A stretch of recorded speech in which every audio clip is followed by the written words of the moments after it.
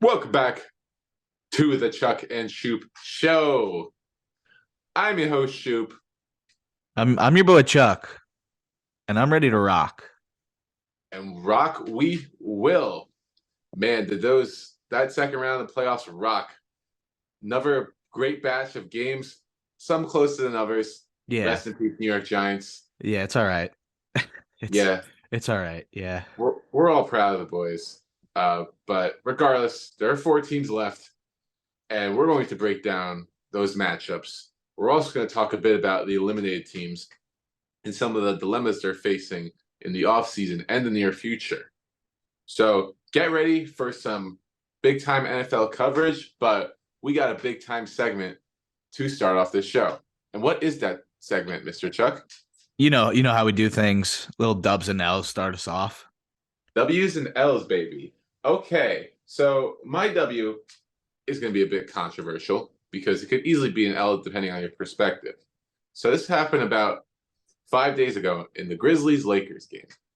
You might have heard about the little halftime shenanigans that went on. So what was caught on air was Shannon Sharpe, who was sitting courtside at the game, jawing with Ja Morant's dad and some of the Grizzlies players. Oh yeah. So you might be watching this like, what the hell is going on? Why is Shannon Sharpe getting involved? So Shannon Sharpe actually got a halftime interview out of all of this. And Yeah. here's the full quote from Shannon Sharpe. They didn't want this smoke, Dave. They do all this talking and jockeying, and I ain't about that jockeying. It started with Dylan Brooks. I said he was too small to guard LeBron James. He said, fuck me. I said, fuck you back. He started to come at me, and I said, you don't want these problems. And then Ja came out of nowhere talking. He definitely didn't want these problems. Then Dad came in. He obviously didn't want no problems. So there's like levels to the problems that everyone wanted. I love it.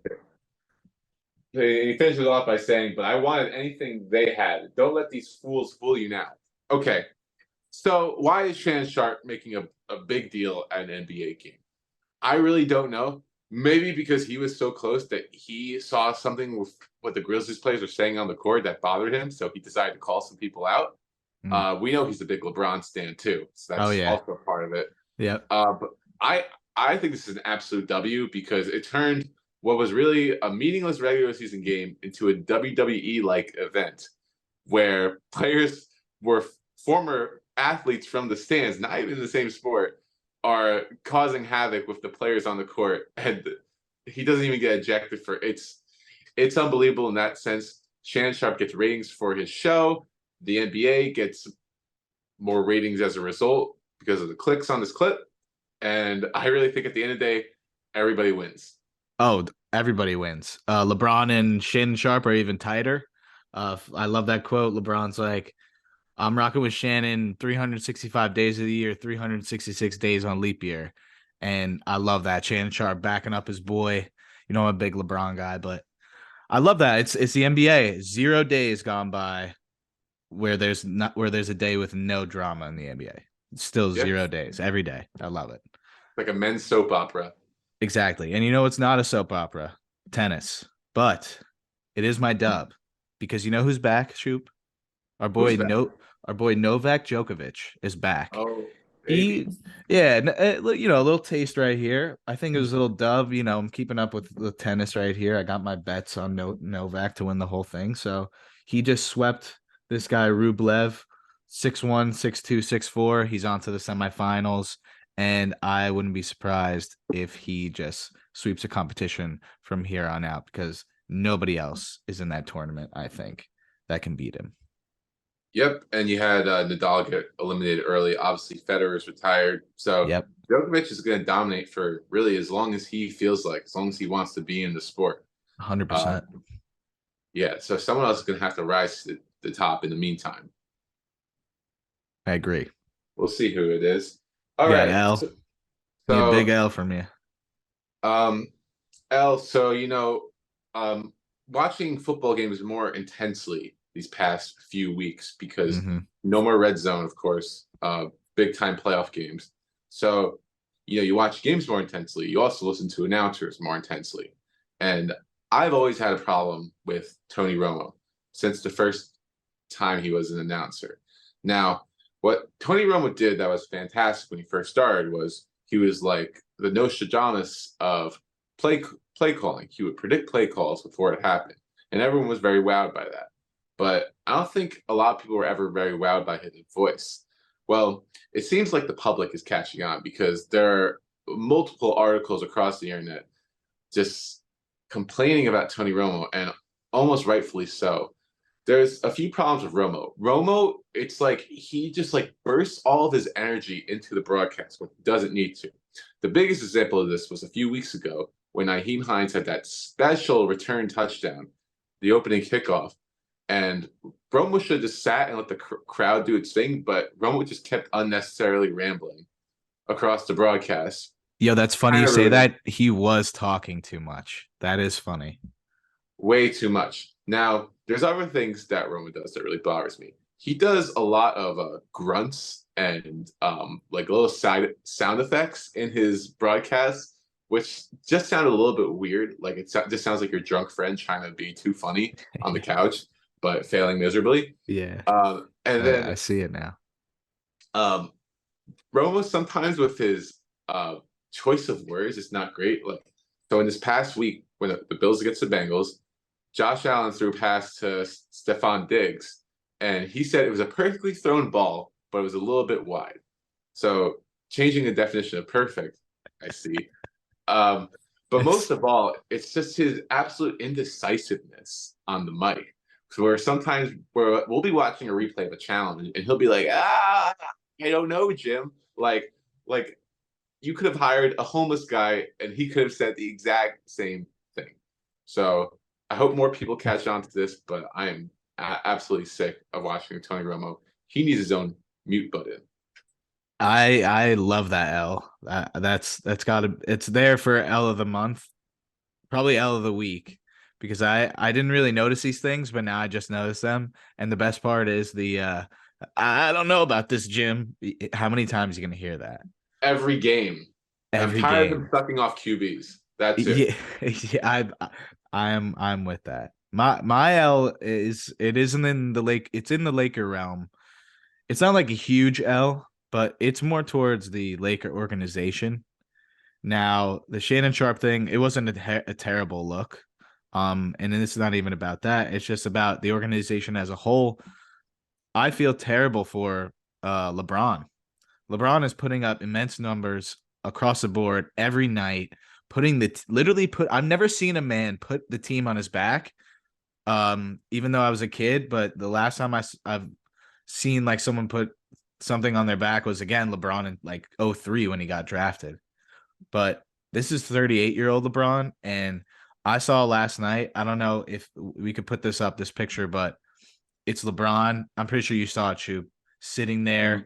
just defeated after getting his ass kicked by the Clippers. He's now lost like 10. The Lakers have lost 10 straight against the Clippers. They did just sign not signed, traded for Hachimura from the Wizards. So maybe that puts him back into the gear, gives LeBron some depth. But last night, he scored 46 points. The closest person to 20 was Westbrook, and he scored 17. And Westbrook is coming off the bench. So it's just inexcusable as a franchise like that to have a player with that caliber on the team and nobody's contributing. So huge L. Yeah, and how do you lose 10 straight to your inferior in city rival They play in who's the got no same fucking arena. yeah. And part of it is the roster construction. But part of it is also that the Lakers just want to sell seats. They know LeBron's playing, so they'll sell seats. So we don't need to build a competitive roster. I Um, I just realized that. nothing will change until new ownership, but that'll be a long time. Freaking genie.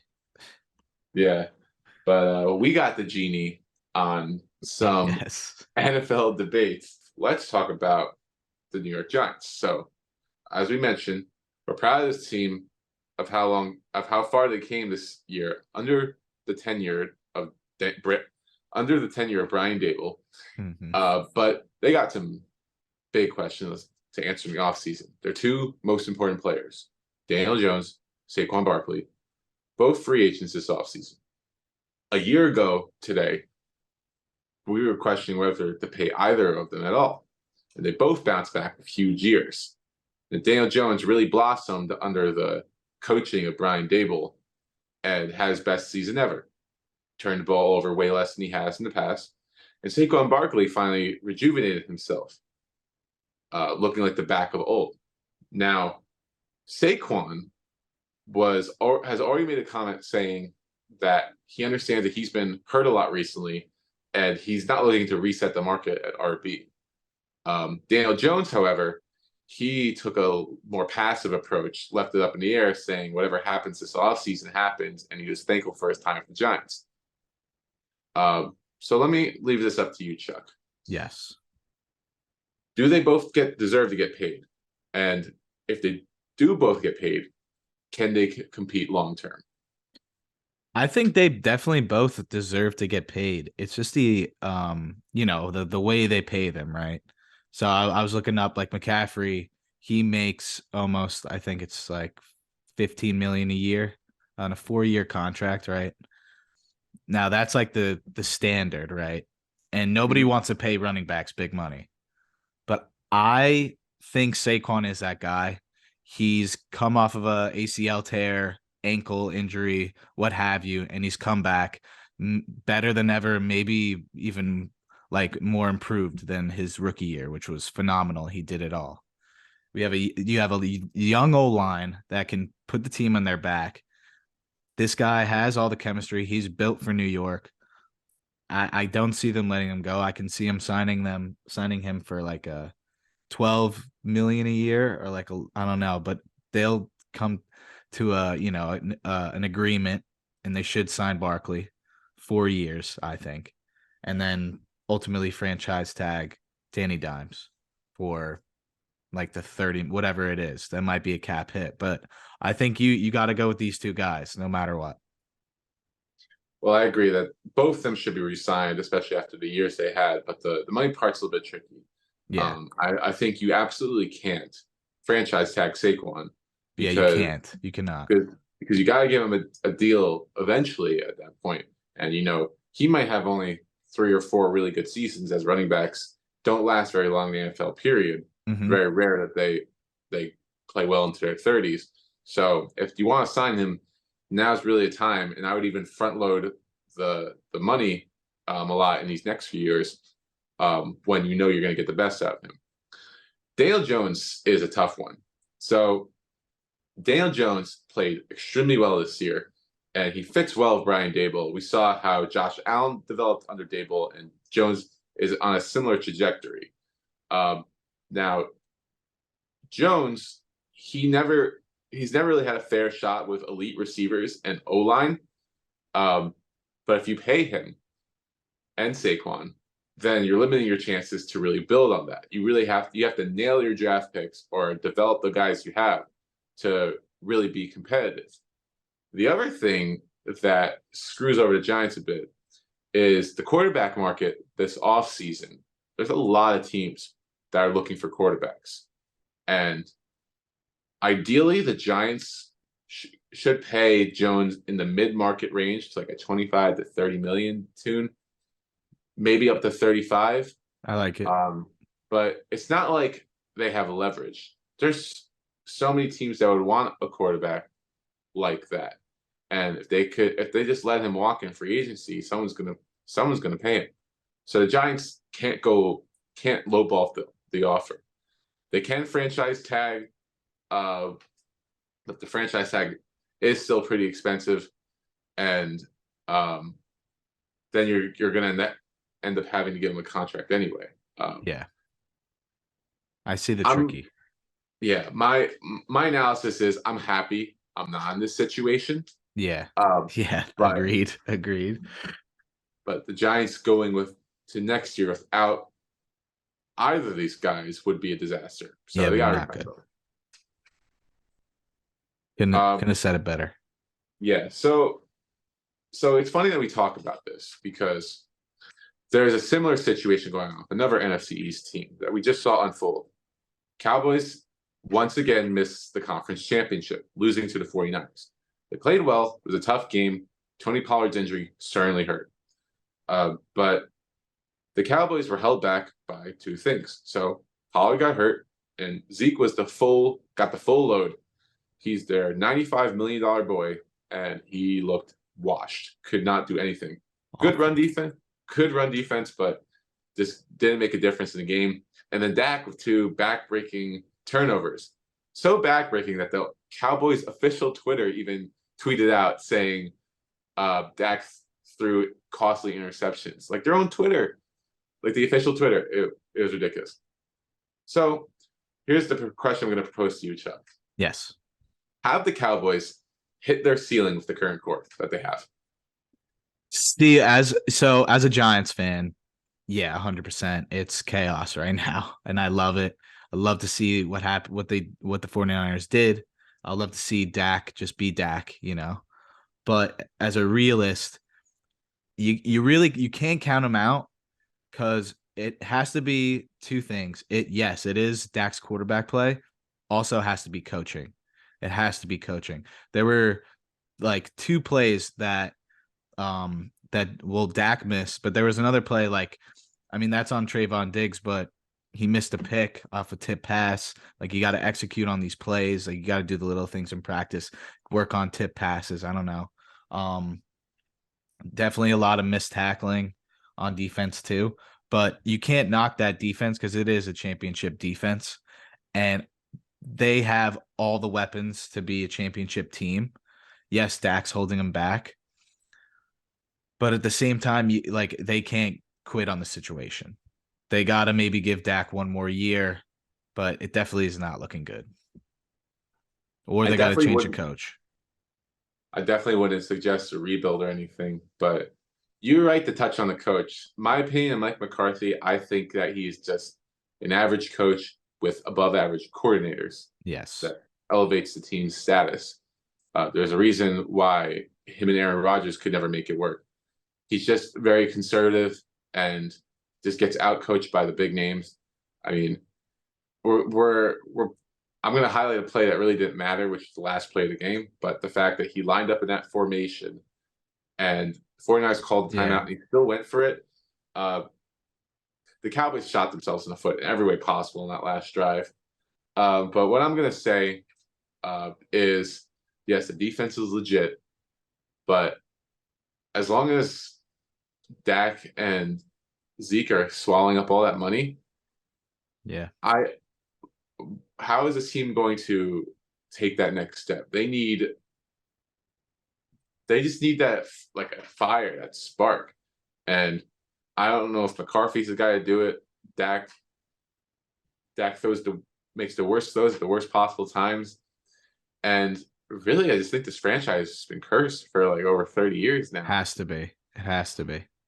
Too much pressure, maybe? It's got to be the pressure. Ever since Romo fumbled that snap in the I think it was a playoff game against the Seahawks in 2005. I don't remember when. Also Zeke compared to the Saquon, like this is a great instance. Like when Zeke got his extension, I think Saquon looks way better for an extension than when Zeke got an extension. I thought when Zeke got an extension with the Cowboys, dude, I knew this year he was a flop. Like he's not going to be good next year. Pollard's the guy. And yeah, the Cowboys could be in trouble, but they still have a championship defense. Yeah, and I don't know what's going to change with them this offseason. It's probably going to be the same core. So we'll see if they make any major moves. And hopefully they keep Cooper Rush. Yeah. He maybe he would have won them the game. Who knows? Exactly. Okay. We got one more question, but before we go, I just want a quick word from our sponsors at Underdog Fantasy. So the conference championship game is coming up. So if you would like to play in some games on Sunday, sign up using promo code Chuck&Schup. You get up to $100 in deposit match and follow the action, make it more exciting, and think about your boys right here. Download the app. Go get it. Chuck&Schup promo code. Link in the description. Okay, so final debate over the eliminated teams, and this one is the most interesting to me. Buffalo Bills. Yeah. So that they crash out of the playoffs again. The year before, obviously, a heartbreaker. It could have really gone either way, but this year was just completely outmatched.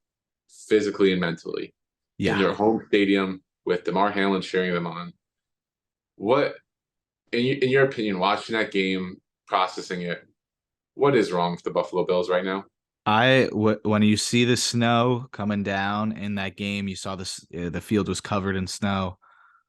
I thought of the irony that they were the snow team and they were just getting their ass beat, like run game, pass game, doing the little things. They were fucking up on defense.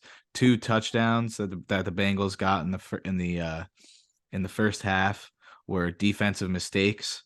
The first one they faked this. They faked no. The first one on Jamar Chase was open in the middle of the field. Burrow stepped up. Nobody was in the middle of the field. There's supposed to be a safety there.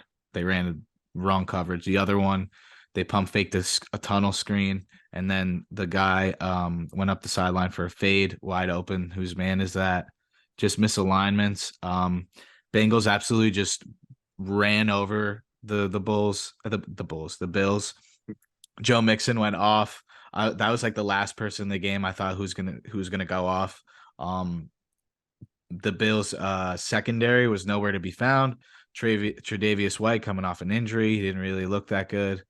And then Joe Burrow had all the time in the world to throw back there. The Bills have no pass rush. Injuries killed them this year. Also, they had to go play in a different stadium because of the huge snowstorm in Buffalo. Also, a traumatic event that had to do with DeMar Hamlin as a whole.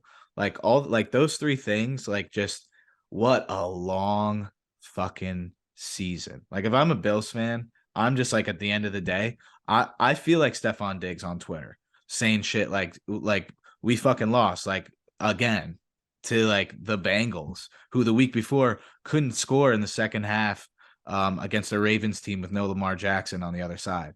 So it is mind boggling, but I really do feel bad for the Bills, and I hope this next season, Josh Allen gets his arm fixed, everybody's healthy, and they're ready to go.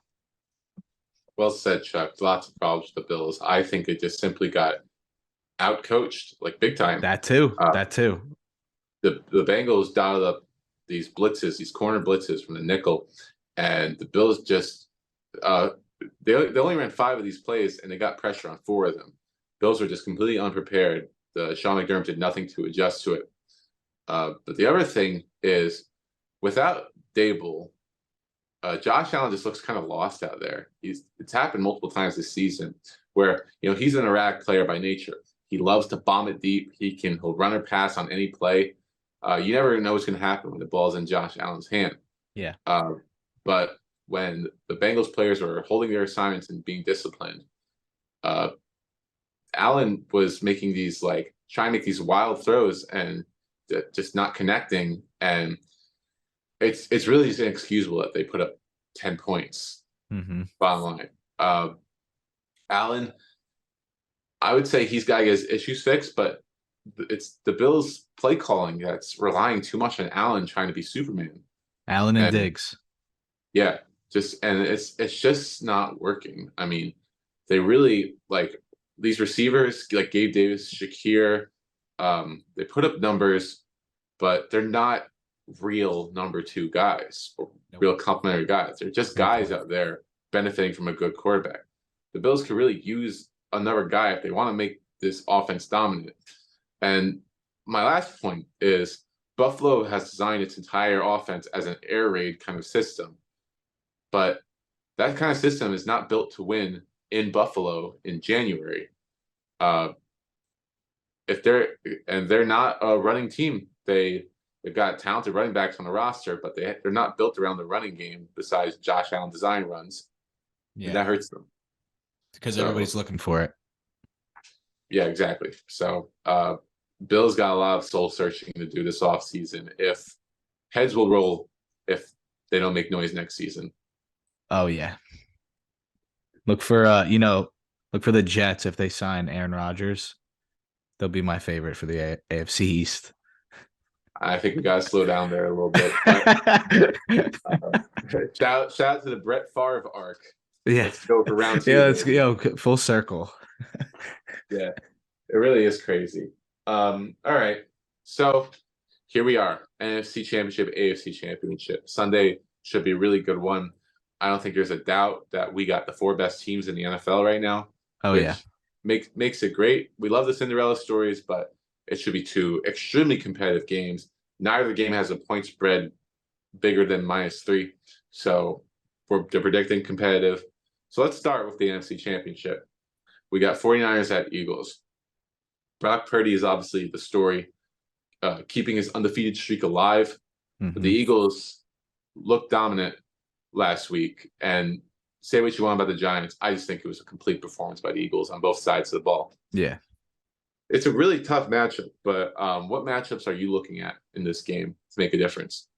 So in this game, and it sounds like cliche, I keep saying it, but this game, it is who has the better O line, who has the better D line. It's the line of scrimmage.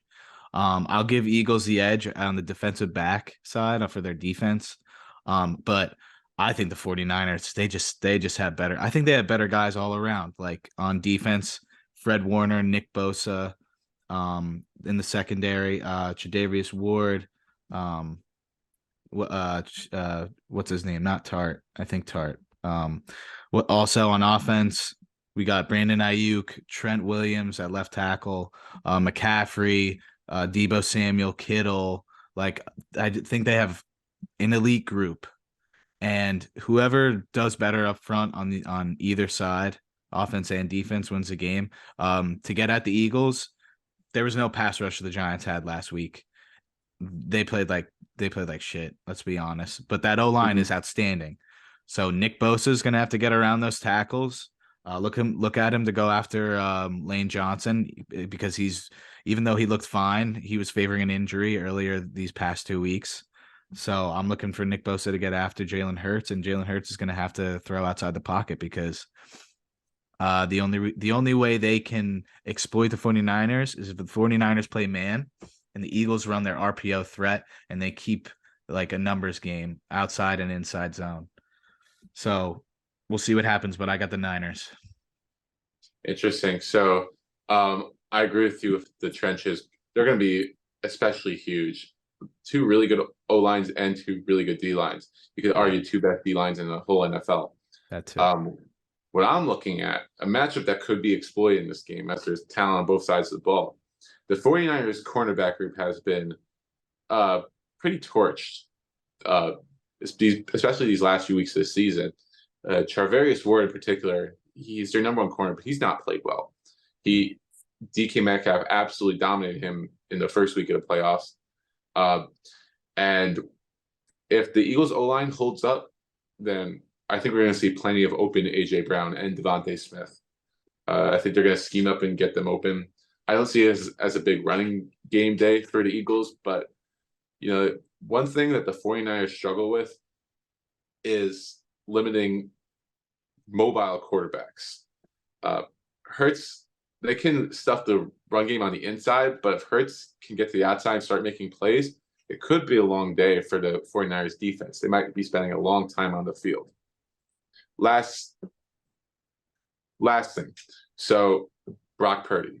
I feel like we keep doubting him, but it has to be said. This is once again Purdy's toughest test. Purdy's only played 2 road games as a starter, and one they weren't against really good teams. I know one of them was against the Raiders in the last week of the season, in which the Niners almost lost, which is more due to their defense, if anything. But regardless, Purdy's got to go into Philadelphia, the most raucous environment he's ever seen. Oh yeah. We really don't know for sure how he's going to perform in that environment. Also, interesting fact: in his career in road games as a college quarterback, he's under 500. While at home, he's dominant. He's got like a 19-4 record as a home quarterback, but 11-13 as a road quarterback. I thought that was interesting. Obviously, it's college versus NFL, but he didn't really have any signature wins on the road in college. So take that as you will. I still think the 49ers are extremely talented. But I like the Eagles here. I think they continue their dominance. Something to check out. I was watching on YouTube last night. It was Brock Purdy for Iowa State played against Jalen Hurts when Jalen Hurts was on Oklahoma, and he was at Oklahoma, and I think this was 2019. You could check the game out on YouTube. Um, Jalen Hurts won. The Oklahoma won by 1 point, and Brock Purdy came down 21 points in the fourth and lost on a 2 point conversion to try and win the game. So Wow. something to keep in mind there. Definitely worth to watch. Hopefully we get another game like that. Yeah, that's what I'm Although saying. these defenses aren't Big 12 defenses. I That will say too. that. That too. That too. All right. Well, looking forward to it going. That one should be close. This one's going to be highly anticipated coming up. We got the Bengals and the Chiefs rematch of last year's AFC Championship. The narrative in this game is um, not the typical Chiefs narrative. You know, Chiefs usually have the upper hand in situations like this, but not against the Bengals. Mahomes is 0-3 against Burrow in the last 3 years. Uh, Burrow's owned him in this time, and now you have the added factor: Mahomes dealing with a high ankle sprain. He says he's fine. He's gonna play, but Chuck, what kind of Mahomes are you expecting out there on Sunday? I'm expecting the same one that he's been the same MVP Mahomes of the 2022 season that he's been playing all year. He threw a touchdown. He threw two touchdown passes on, or maybe it was one on one leg, against a Jaguars defense that gets after the quarterback, more than usual. So I give him mad props for the toughness. I was worried about this week. I didn't think he was going to play, but there's no way my boy Pat is gonna miss the fucking AFC Championship and an opportunity to get the monkey off his back. But I want to say one thing about this matchup. It's not that Joe Burrow defeated Pat Mahomes, because Joe Burrow doesn't really play defense. It's more that the Pat Mahomes lost to the Chiefs defense, not Chiefs, to the Bengals defense, because one, you can't turn over the ball late in the game like they did earlier in the season. They were up 4 points driving across midfield. Kelsey caught a ball, went to midfield, and then he was about to go down. Then they just fucking stripped it. Bengals score, and then Chiefs miss a field goal, and then Bengals get the ball at the end of the game, run the clock out. So you can't turn over the ball. One, Chiefs can't turn over the ball to win this game. You can't turn over the ball, and two, you got to get off the field on third down. There's so many times where I watch this fucking team, the Bengals.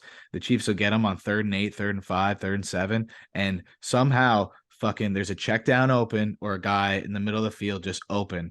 So they're not going to take shots. There's no way they're going to take shots. The Chiefs have the upper hand with them being healthier than last game that they played them. They're getting a couple guys back, I'm pretty sure, since last time. So, I got Chiefs, but I would not be surprised if the Bengals do win in a late field goal, because Patrick Mahomes gets like a tip pass pick or something because of the ankle injury.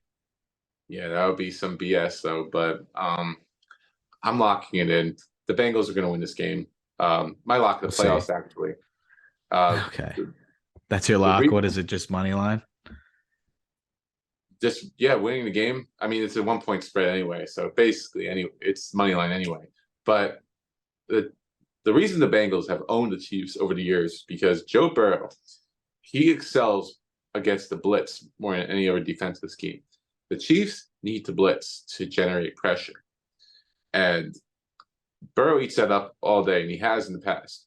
The other thing is the running back. So in the previous matchup earlier this season with Samaje Perine and Mixon, I believe they both played in that game, and they both had big games, as you said, like check downs out of the backfield or like outside zone running plays. Yeah. Bengals excelled at that, absolutely. Uh, there aren't really many instances of quarterbacks playing on a high ankle sprain in like a big game. The one I found was Ben Roethlisberger in 2011, in which he suffered a high ankle sprain, proceeded to throw 3 interceptions the next week. So obviously Mahomes, he's an otherworldly talent, but you got to think it's affecting him, and he's not going to be able to run the ball, which is a huge part of his arsenal. I think it's just set up for the Bengals to come in here. The Bengals, Bengals to come into Arrowhead and win. The Bengals have been pissed off ever since the whole coin flip fiasco, and they've been playing like hotheads ever since. And shout out to Zach Taylor. He doesn't get enough credit as the kind of coach that he is, but the fact that they had Chidobe Awuzie lost for the season, torn ACL, and then their three best O linemen down, and the reserves come in, rookies or unproven players, and play just like the starters did. Didn't miss a beat, and it's huge for the Bengals. If that keeps up, they win. Yeah, we'll see. I hate Joe Burrow. Yeah. We got a few more. We got a few more minutes. So Chuck, before we go, what is the Super Bowl matchup, if anything, that you would most want to see? Chiefs Niners. Rematch. Yeah. Yeah, I would like to see the. It's a tough one because there's a lot of good storylines here, but Niners Bengals, Joe Cool versus That'd be a good one. Brock Purdy trying to make unbelievable history. It'd be good, but I don't think you could be upset with any scenario besides the Eagles winning it all, obviously. Yeah, facts. I would not like that. Yes. We would not hear the end of it. Wow. Yeah, so go Niners. Go Niners. Absolutely. But that's all we got for you today. Thank you once again for tuning in. If you're on Spotify listening to us, thank you. Share us with your friends. Tell them to follow. If you're not subscribed to our YouTube channel, Shoop Sports, then make sure to subscribe. Obviously, get Underdog Fantasy if you haven't, so you can get some free money. Mm-hmm. But until then, Chuck, how are we riding out? We're riding out good. Lock of the week, actually. Just let me put that in there. I'm actually gonna go with a prop. Just gonna throw this in there real quick. I'm on a 2-game losing streak, but we got this. Isaiah Pacheco over in yards. And all you Bengals fans out there, it's gonna be a good one. It should be. I'm going to add in George Kittle over in yards. That too. I like that. I like that too. I like that too. Okay, so this is Shoop. I'm Chuck. And we are signing out. Have a good weekend.